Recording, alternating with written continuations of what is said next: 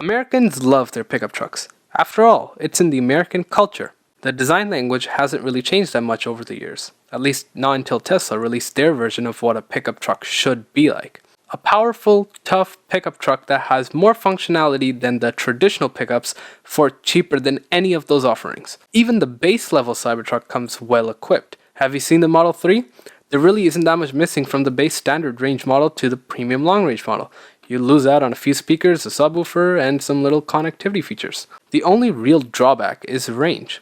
That is, if you are going to use it. Judging from that, the entry-level Cybertruck is going to have more features than any comparable truck at that price range. Oh, by the way, don't even look at autopilot being standard. The others don't even have anything like it. So here's what we got so far. A truck that is much better than the competition, one that can outperform the competition on several characteristics, and we're only just about a minute into the video. Yeah, there's a lot more to talk about than that. Let's get started. The Cybertruck is a vehicle that is going to revolutionize the auto industry, specifically the American car market. Americans love their pickup trucks for obvious reasons. America is a big country, it has lots of places to travel off-road and whatnot, and pickup trucks are a very utilitarian vehicle. Most Americans don't even haul anything in their pickup trucks. Americans just like big cars. It could be due to safety reasons, because a bigger truck crashing into a smaller car is always going to beat a smaller car, like say a smart car crashing into a big truck like an F-150. America also has really big roads, big and wide roads, and also really big parking spaces. So it's not a big problem parking the truck or driving the truck around town, around the city. So America is the land of the pickup.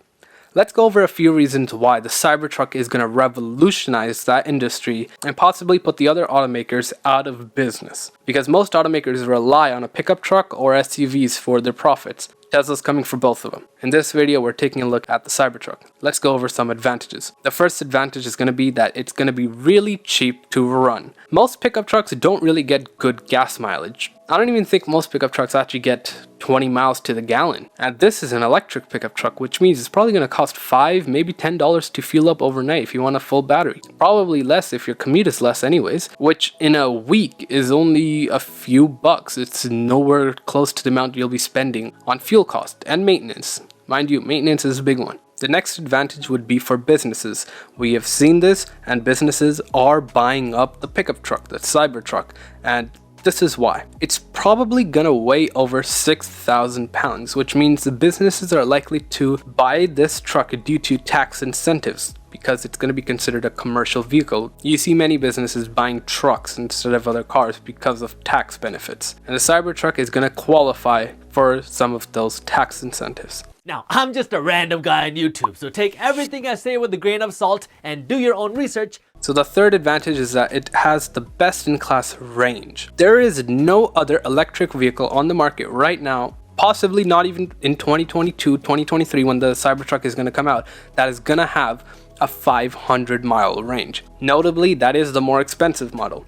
Nonetheless, it is still an electric car with 500 miles of range, which means that pickup truck might have more range than some of the older pickup trucks with smaller fuel tanks. That is a possibility. The fourth advantage is going to be a Tesla advantage, because they are going to sell so many of these in America that it's just going to be astonishing. When you saw the Cybertruck roll on stage, many people did not like it at first. After 5 minutes, it seemed like over half the people already switched and they started loving it. After 10 minutes, it felt like 90% of the people in that room just actually started loving it, especially after you heard the specs. Pickup trucks don't really look that good anyways. That's why so many people modify them to make them look bigger, broader, and whatever. And having a Cybertruck that maybe looks good or maybe looks better or worse, it doesn't really matter, because pickup truck owners don't buy a truck because it looks nice. They buy it for other reasons. They don't generally buy it because of the looks. Now, the fifth advantage would be that the police are gonna start using it around the world. I live in the Toronto region in Canada, and here in Ontario, the OPP, the Ontario Provincial Police, has put out a tweet showing the Cybertruck in the OPP paint or wrap or whatever it is, which means that it is very likely that the Ontario government is likely gonna get that Cybertruck. It makes sense too. Has tons of range, best in class performance, very utilitarian, and it's somewhat bulletproof. Now the sixth advantage would be that it is going to be used on Mars. Elon has actually stated that this is going to be the first official vehicle of Mars. You heard that. Mars. Which means we are going to Mars. Chances are you'll see it in your lifetime, even if you're really old. And this is going to be the first vehicle that is going to be rated for Mars. It's very rugged, it's very utilitarian, it's made of stainless steel and exoskeleton, which means it does not matter what comes at it. It is just gonna kill anything that comes in its path. Oh, also, and maybe Elon might actually add solar panels that fold out, so that's just gonna add more range. So basically, if you add that package on Mars, you never actually have to plug it in, ever, because the sun is gonna shine every single day. Now the seventh advantage is going to be for those people who actually like going off-road and possibly even have an RV. This truck will replace your RV. You can get the trailer like they've showed in the pictures, the promotion pictures, and with that combination, this is going to be one of the best vehicles to camp at, because Tesla has said that you will get a solar panel array that I just talked about, and you can add that on Earth and basically go camping, and you'll get an additional 15 miles of range every day, with the sun shining, of course, which isn't the best. You can't rely on it for everyday driving, but it's enough that if you're gone camping for, say, a week, which is very long, maybe 2 days, you don't have to worry about range, and you can use the onboard electricity to run your appliances. Maybe you brought a stove or something along and you want to run it. Maybe you have the Cybertruck ATV, or the Cyber Quad, people call it. And maybe you want to charge that. That can be charged off of solar panels. And because you're getting 15 miles of range every single day, that is enough to get you back to civilization and back in the 21st century. So now the next advantage applies to pretty much all trucks, but it sort of applies to the Cybertruck in the sense that it's electric with all the other advantages and stuff. It can be used for light trucking activities. Now some trucks are used for light trucking activities, but they are mainly the higher tier models. On a Ford lineup, instead of using an F-150, they will use probably an F-350 to tow or maybe to haul a trailer for a short while. Whereas with the Cybertruck, it's basically like a one-size-fits-all scenario where everyone is going to have pretty much the same truck, and it will be able to tow and pull and haul and whatever you want it to do, pretty much the same as like an F-250 for the price of about an F-150, maybe a bit more than that. Now the ninth advantage we get to, this is a big advantage for Tesla themselves, and we know they really need to improve this.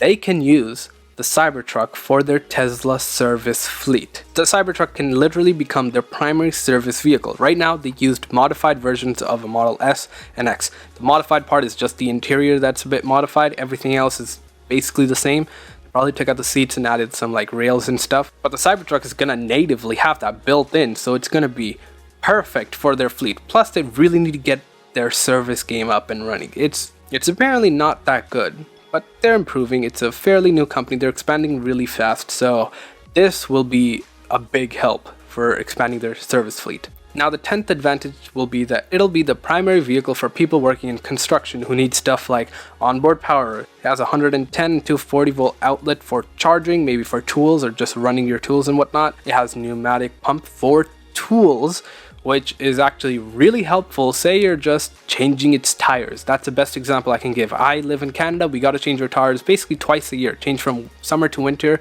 or all season to winter, and then back again. And having a pneumatic pump for tools is really helpful because you could just connect the drill right to it, change the tires on the spot, which I have no clue how it's going to work over there, but maybe you can service another vehicle. This is the same point that I come to when I'm talking about the Tesla service fleet. It basically has everything that they need. Additionally to that, it has a long bed to haul long items like plywood or sheetrock, for example. That is a big advantage for anyone working in construction. Combine that with the fact that it is a heavy truck that is eligible for more tax incentives, businesses are going to be after this truck. Now the 11th advantage, I haven't really seen many people actually talking about this, but it's a really cool one. So, it can charge other EVs on the road. Now, not many EVs actually run out of range, but you know how whenever a Tesla dies, you have to call in an actual flatbed to tow it to the charging station or whatnot? Well, in this case, all you have to do is just pull the Cybertruck up and maybe wait half an hour, and it could charge the EV enough that it can go to the next charging station. That is a possibility. And that would literally change the entire game of EVs and, range anxiety for all other EVs, because say your neighbor has a Cybertruck, right? For just as an example, you're good friends with them and whatnot. You have an EV and you just run out of range 2 blocks out. Are you going to call a flatbed? No, you might just hit up your neighbor and be like, hey, I need a charge. can you like bring your Cybertruck over? I'll just plug in my EV and I'll get a charge for about 30 minutes and then I could easily drive home. You might not even need one for 30 minutes. You might only need one for 5 or 10 minutes to get 2 blocks down the road to your house. These are some advantages that come with the Cybertruck having a natively built-in outlet for charging or just using, because it will have all the required hardware built into the vehicle. So now the 12th advantage goes kind of what I actually said beforehand. It's mainly for people who like outdoor excursions, basically for people who want an outdoor Cybertruck or just a pickup truck. I already took the example of going camping and whatnot. It's the same thing, and this is going to be the closest competitor to the Rivian R1T. The entire primary motive for the R1T or Rivian itself is for adventure and for people who seek adventure. And when this Cybertruck comes out, it's going to be a close competitor to that pickup truck. Yes, the design language is different, but overall, it's going to be a very close competitor. And competition is really, really good. It's going to be a while before Tesla has some really close competition. So all in all, the main reason why people buy this truck is because of cost savings. No one is going to buy a truck that is not as close to the features offered for the price range.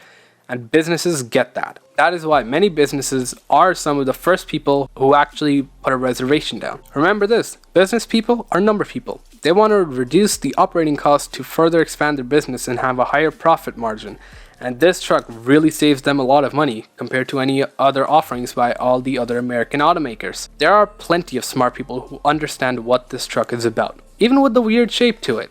Still manages to grab the attention of the entire car industry, and it's something so many people will talk about. Not only that, but nearly 700,000 pre-orders have been put on the Cybertruck. The thing most people have to remember is that even though 700,000 pre-orders don't go through, the demand for this truck will be insane.